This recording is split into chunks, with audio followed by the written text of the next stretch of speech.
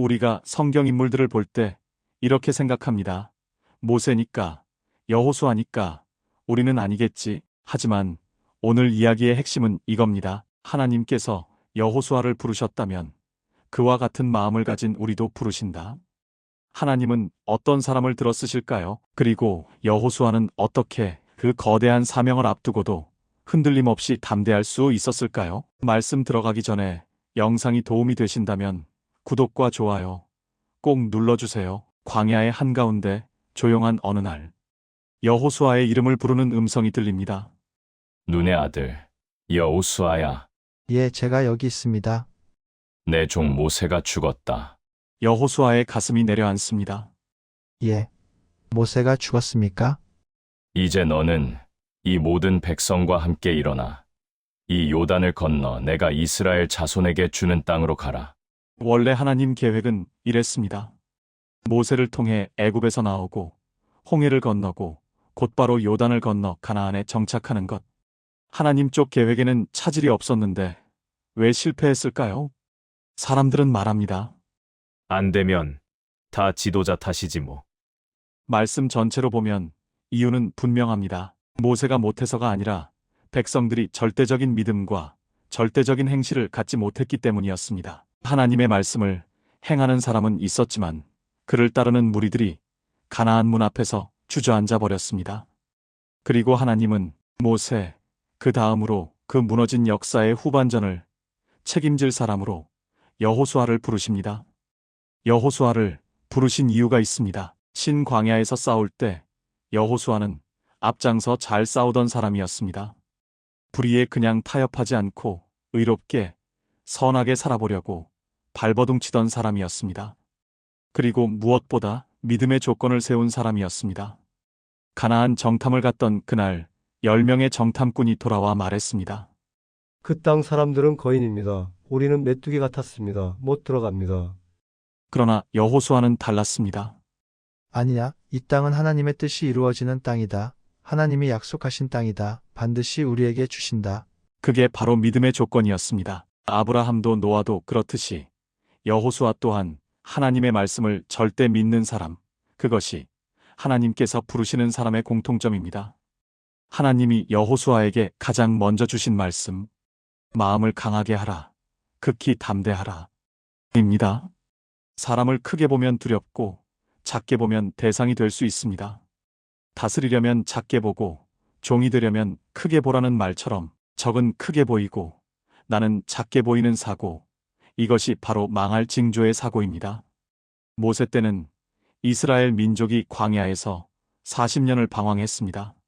하나님은 처음부터 광야에 정착시키려고 하신 것이 아니라 그들을 가나안으로 들이기 위해 이끄셨습니다. 그러나 백성들은 애굽만 벗어나면 된다고 생각했습니다. 종살이만 아니면 됐지 뭐. 이 정도면 살만하다. 조금 힘들던 것 해결되니까 그 다음부터는 모세의 말을 안 듣습니다. 물에 빠진 사람 건져놨더니 다시 제 길로 가버린 격이었습니다. 그렇게 1세대는 신광야를 떠나지 못한 채 세월만 보내다가 나이 들어 힘이 떨어졌습니다. 하지만 여호수아와 2세대는 달랐습니다. 그들은 3일 만에 요단강을 건넙니다. 모세와 함께 있을 때는 40년을 빙빙 돌던 땅을 여호수아와 함께 있을 때는 3일 만에 통과했습니다. 땅이 바뀐 것도 아니고 강이 얕아진 것도 아닙니다. 여호수아의 담대한 조건이 달라진 것입니다. 악평자는 못 가고 긍정적으로 선평하는 자들만 그 땅을 건너갔습니다. 여호수아는 도대체 왜 그렇게 담대할 수 있었을까요? 첫째, 하나님이 절대 함께 하신다는 약속입니다. 내가 모세와 함께 있었던 것처럼 너와 함께 하겠다. 너를 떠나지도 버리지도 않겠다. 하신 말씀입니다. 둘째, 자기 말고는 그 길을 갈 사람이 없다는 자각입니다. 모세도 처음부터 담대하지 않았습니다. 저는 말이 둔합니다. 라고 주저했던 사람이었습니다. 그러나 하나님이 내 말고 이 일을 할 사람이 없다 하셨을 때 그는 믿고 나갔고 결국 애굽의 바로를 떨게 만들었습니다. 이 수많은 백성을 이끌 사람 모세 뒤를 이어 가나안 전쟁을 끝까지 끌고 갈 사람 또 누가 있겠는가? 하나님이 나를 택하셨으니 내가 물러서지 않겠다. 담대함은 겁이 없어서가 아니라 내가 아니면 안 된다는 소명감에서 나옵니다. 가나안 정복은 쉬운 일이 아니었습니다. 광야와는 차원이 다른 전쟁의 연속이었습니다. 31개 족속이 각자의 성에 버티고 있고 가나안 전체에는 신광야보다 5배나 많은 족속이 살고 있었습니다. 여호수아와 이스라엘은 골짜기마다 성마다 찾아다니며 끊임없이 싸워야 했습니다. 하나님께서 우리 조상에게 주신 땅이다. 너희가 빌려 쓰던 땅값을 이제 돌려주어라. 그 싸움 중 하나가 바로 기브온 전투였습니다. 베토론 비탈에서 적들이 도망치자 하나님은 하늘에서 큰 우박을 떨어뜨리셨습니다. 이스라엘의 칼에 쓰러진 자보다 우박에 맞아 죽은 자가 더 많았다. 그리고 해가 저물어 갈 때 여호수아는 이렇게 외칩니다. 태양아, 기브온 위에 머물러라. 달아, 아얄론 골짜기에서 그칠지어다. 그 시대 사람들은 천동설을 믿었습니다. 해가 움직인다고 생각했습니다. 그러나 과학적 구조보다 중요한 건 메시지입니다. 10시간 싸울 전쟁을 5시간에 끝낼 수 있을 만큼 하나님이 시간까지 압축해 주셨다.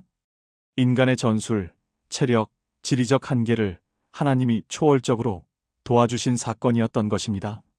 그날만큼 하나님께서 사람의 목소리를 급적으로 들으신 날이 없었다고 성경은 기록합니다. 긴 전쟁이 끝나고 여호수아는 12지파에게 땅을 나눠줍니다. 제비를 뽑아 9지파와 반지파에게 나머지는 모세가 요단 동편에서 이미 나누어 주었던 땅을 받았습니다. 라위 지파는 땅 대신 오직 여호와께서 그들의 기업이 되셨습니다. 그런데 살다 보니 문제가 생깁니다.